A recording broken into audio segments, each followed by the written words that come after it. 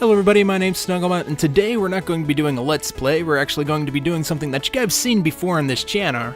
We're going to go ahead and draw ourselves a little picture here.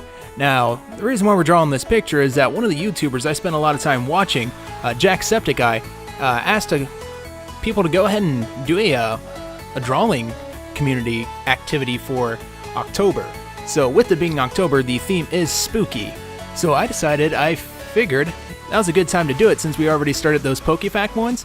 It kind of goes in the same lieu with it. Now, I don't have a Bulbapedia or like an entire Pokédex of Jack facts, so instead of spewing facts out about Jack, what I'm actually going to do is just talk through the video with some of the techniques that I use, which I picked up while doing a lot of the Pokemons.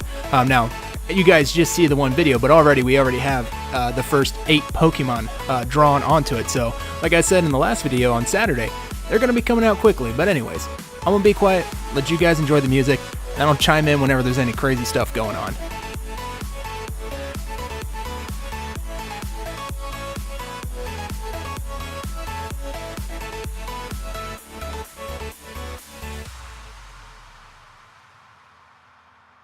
So if you watch the Pokemon one, you'll kind of see that what I do is I kind of have a sticky note that I draw on beforehand, and then I take a picture of that sticky note and I pop it into here, and then I start tracing out onto it.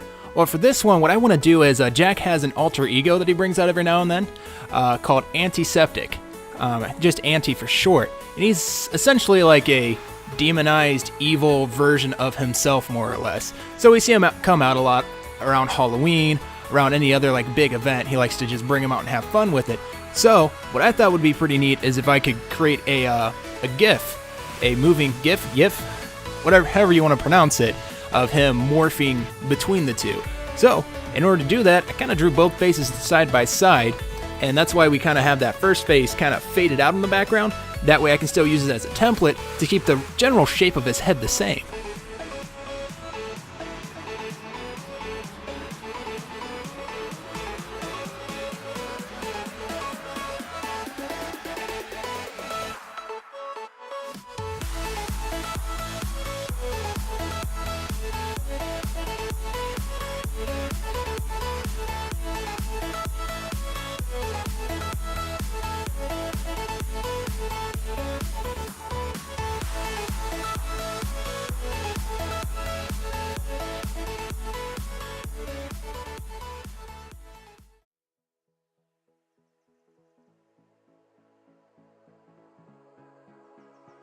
So, fun fact for the moment, I'm not completely colorblind, and it's not too terribly bad, but as a child, I did get hit in the face with a baseball right on my right eye, so everything's like a couple of shades off from what I can see it. So if you ever say, Snugglebot, what is it with that color choice? It's because I didn't have somebody color check me, and I thought it was a different color than what it was. Like blues, oranges, and yellows, and reds. It's not good stuff, but that's why you always see me pop up a picture of the source material. That way I can get really close to what the actual color is, especially for skin. Skin color is really hard to do regardless, so having a picture of Jack there on the side was fantastic that I could just go in, pick a nice tone from the picture, and slap that all around his face. Ah, yes, now it's time for the mustache. First time doing a mustache, it was a work in progress.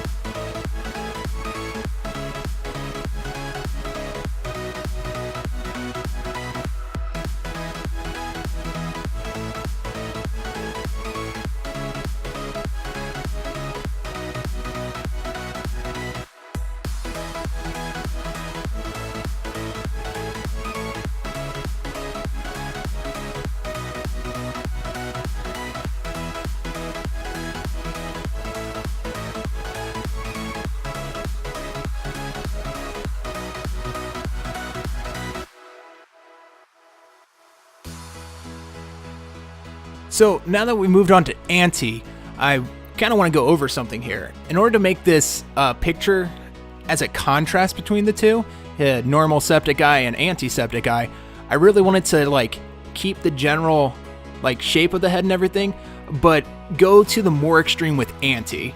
As you can tell, I made his hair a lot more poofier. It's a lot more seaweed-esque to where it just looks grimy. And all of his tones are of a greenish hue. because that's his color is that green. He even, you can see there on the picture on the side, yeah, he's got like that green light going over all of it. So I decided to do a darker skin tone, and if you look, all his features are kind of more pointed, while the regular Jack picture is more rounded, more friendly, more happy, while this guy's a little bit more aggressive with all of his facial features. Especially his ears and his eyes, giving the just downright curved triangles that they are.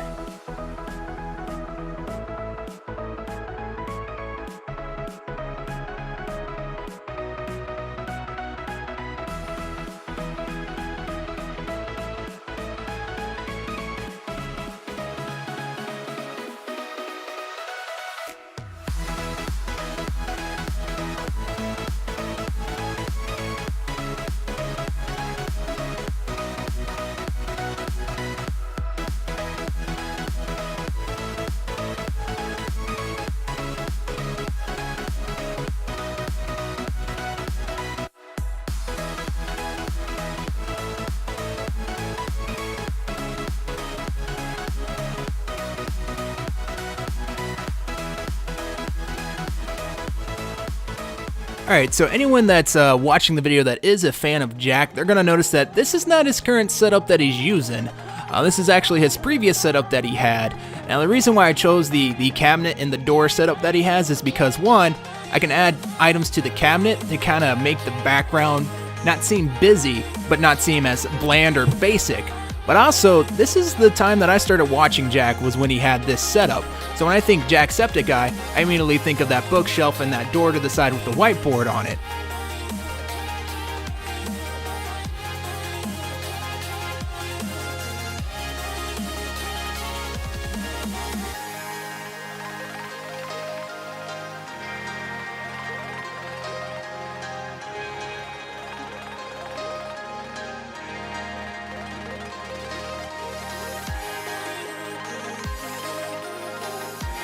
So I mentioned earlier that in order for this to work well, I have to have a sharp contrast between the regular Jack and anti-Jack. So in order to do that, I also changed the background between the two of them. Like you'll see here, I'm adding some blood, some wires out of the BB-8 pop figure, and then even his whiteboard, I'm going to put two different slogans onto him to definitely give that difference between them. Not to mention that darker background to just give it that overall gloomier tone to it, the more foreboding feeling.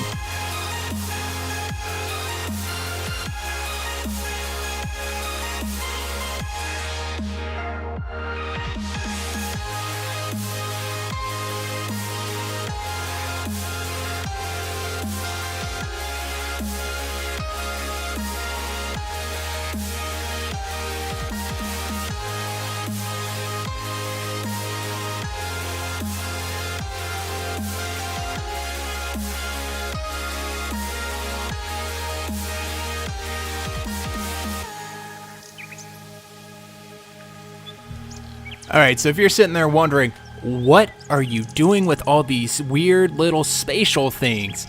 If you guys remember at the beginning, I said I wanted to do an animated picture for this of him morphing between the two. So in order to do that, what I'm doing right now is making spatial tears between his personalities. That it'll all make sense in the end when you look at it. If you can't piece it together already in your mind, just wait about another minute and a half and you'll see exactly what I'm talking about when it comes in and we start actually showing what it looks like when it's completely finished. It does take a lot of time because we do have to make each frame individually, but the payout in the end I think was well more worth it than just doing like a horizontal down his face, splitting him into two.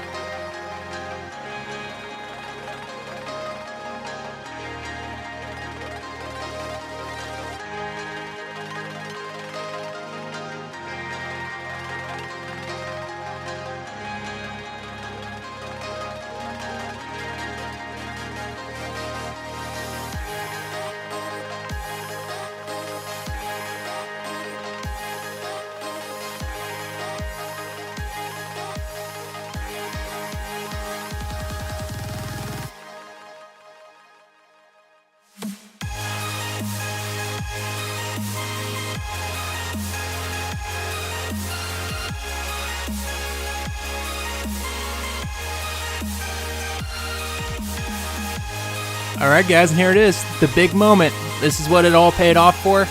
There we go. That's our animated picture of Jack going between his two personalities. So I'm going to just take a few seconds here to get really down to earth.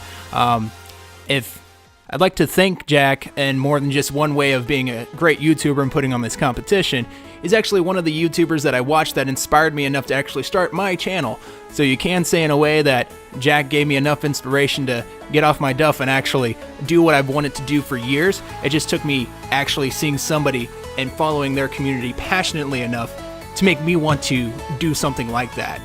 But anyways, if you liked the video, go ahead and snuggle on up to that like button and give it a firm yet sensual click. And while you're down there, don't forget to subscribe. I look forward to seeing all of you in the next video.